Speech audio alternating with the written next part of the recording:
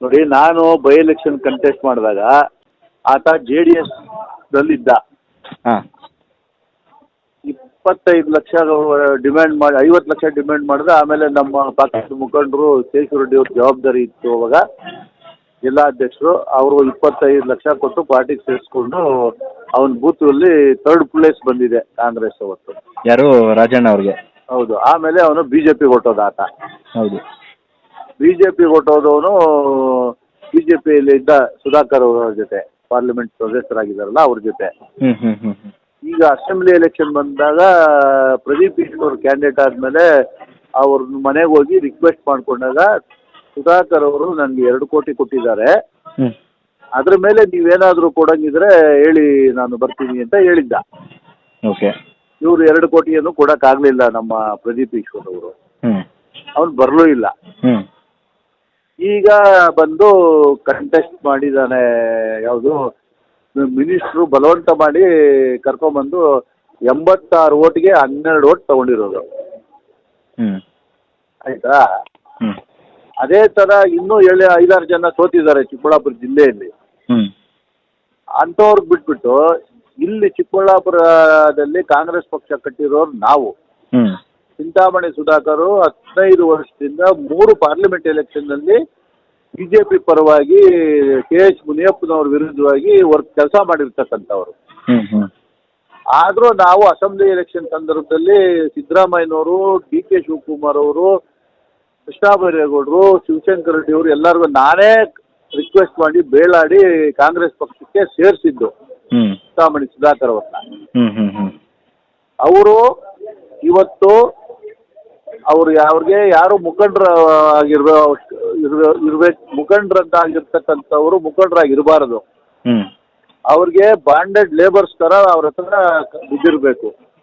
ಅದು ಇದು ಪ್ರಜಾಪ್ರಭುತ್ವ ಬಂದು ನಮ್ಮ ಸ್ವತಂತ್ರ ಬಂದಿದ್ದ ದಿವಸ ಅಂಬೇಡ್ಕರ್ ಅವರು ನಮ್ಮ ಯಾವತ್ತು ಸಂವಿಧಾನ ಕೊಟ್ಟರು ಅವತ್ತಿನಿಂದ ಈ ಬಾಂಡೆಡ್ ಲೇಬರ್ ಸಿಸ್ಟಮ್ಮು ಹೋಗಿದೆ. ಕಾಂಗ್ರೆಸ್ ಪಕ್ಷನೇ ಅದನ್ನ ತೆಗಿಬೇಕು ಅಂತ ಮಾಡ್ಕೊಂಬಂದಿರೋದು.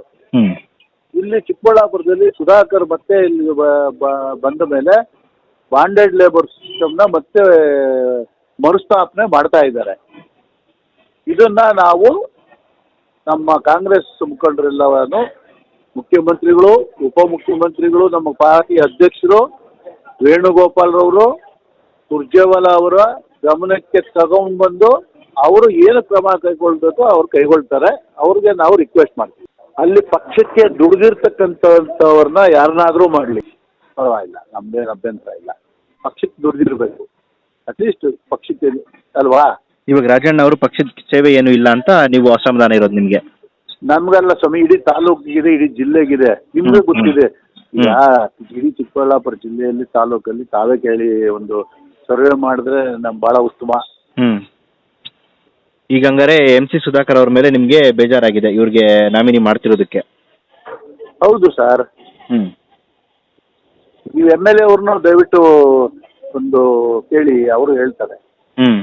MLA ಅವ್ರ ಗಮನಕ್ಕೂ ಇಲ್ವಾ ಇದು ಸರ್? ಇಲ್ಲ, ಅವ್ರ ಗಮನಕ್ಕೆ ಬಂದಿಲ್ಲ.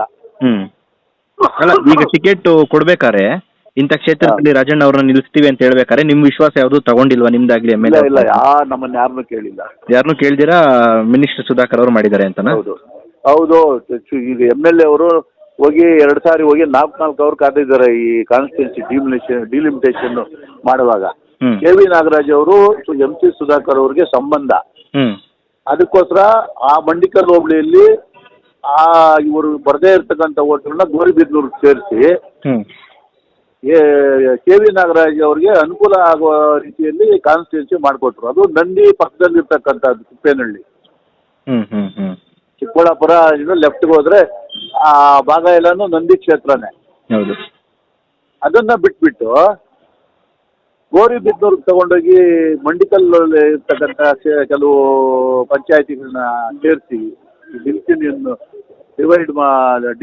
ಡಿಲಿಮಿಟೇಷನ್ ಕಾನ್ಸ್ಟಿಟ್ಯೂನ್ಸೀಸ್ ಮಾಡುವಾಗ ನಮ್ಮನ್ನಾಗಲಿ, ನಾವು ಜಿಲ್ಲಾ ಕಾಂಗ್ರೆಸ್ ಅಧ್ಯಕ್ಷರಾಗಿದ್ದಂಥವರು ಬೈ ಎಲೆಕ್ಷನ್ ಕಷ್ಟಕಾಲದಲ್ಲಿ ಪಾರ್ಟಿಗೆ ಅಲ್ಲಿ ಹಣ ಕಳ್ಕೊಂಡು ಅಭ್ಯರ್ಥಿ ಆಗಿದ್ದಂಥವ್ರು 2 ಸಾರಿ ಮೊಯ್ಲಿ ಅವ್ರನ್ನ ಗೆಲ್ಸೋದಕ್ಕೆ ನಾನೇ ಜಿಲ್ಲಾಧ್ಯಕ್ಷನಾಗಿದ್ದಾಗ ಕಷ್ಟಪಟ್ಟಿರ್ತಕ್ಕಂಥವ್ರು. ನಮ್ಮನ್ನೂ ಏನೂ ಕೇಳಿಲ್ಲ,